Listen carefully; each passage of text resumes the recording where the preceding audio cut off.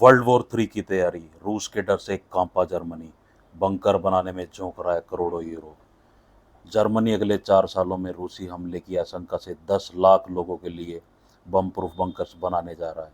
Civil protection chief Rolf टिस्लर ने चेतावनी दी है कि देश युद्ध के लिए तैयार नहीं है। रूस के बढ़ते आक्रामक रूप से यूरोप में खलबली मची है। जर्मनी जो दशकों से युद्ध के खतरों को नज़रअंदाज करता रहा, अब वर्ल्ड वॉर 3 जैसे हालात से निपटने की तैयारी में जुट गया है। जर्मनी के नागरिक सुरक्षा विभाग के प्रमुख रोल्फ टिस्लर ने चेतावनी दी है कि देश को अगले 4 सालों में रूसी हमले के लिए तैयार रहना होगा। टिस्लर ने जर्मन अखबार को दिए गए इंटरव्यू में कहा, बहुत लंबे समय तक जर्मनी में यह मान्यता थी कि युद्ध कोई ऐसा खतरा नहीं है जिसके लिए हमने तैयारी नहीं करी थी, पर अब करनी पड़ रही है। लेकिन अब हालात बदल चुके हैं। करोड़ों यूरो खर्च होंगे बंकरों पर। टिस्लर के मुताबिक जर्मनी को तुरंत अपने पुराने बंकरों, सुरंगों, मेट्रो स्टेशन, पार्किंग एरियाज और पब्लिक बिल्डिंग्स के बेसमेंट को प्रोएक्टिव शेल्टर में तब्दील करना होगा।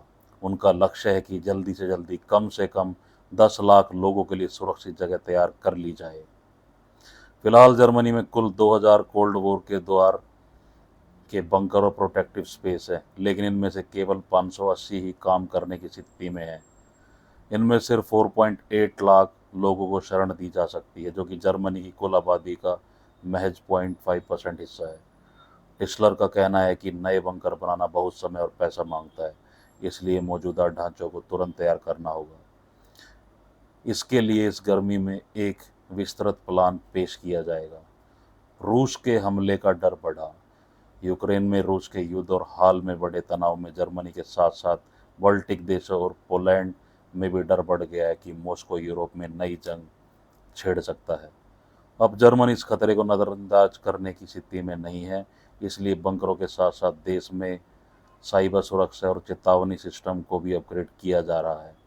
मोबाइल ऐप, सड़क संकेत और पुरानी वार्निंग शायरन को आधुनिक बनाया जाएगा ताकि किसी आपात स्थिति में लोगों को जल्दी से जल्दी सुरक्षित ठिकानों तक पहुंचाया जा सके।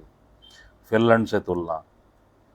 यहाँ फिनलैंड का उदाहरण भी सामने आया है। फिनलैंड में करीब 50,000 प्रोटेक्टिव रूम्स हैं, जो देश की 85% आबादी यानी 48 लाख लोगों को सुरक्षित कर सकते हैं।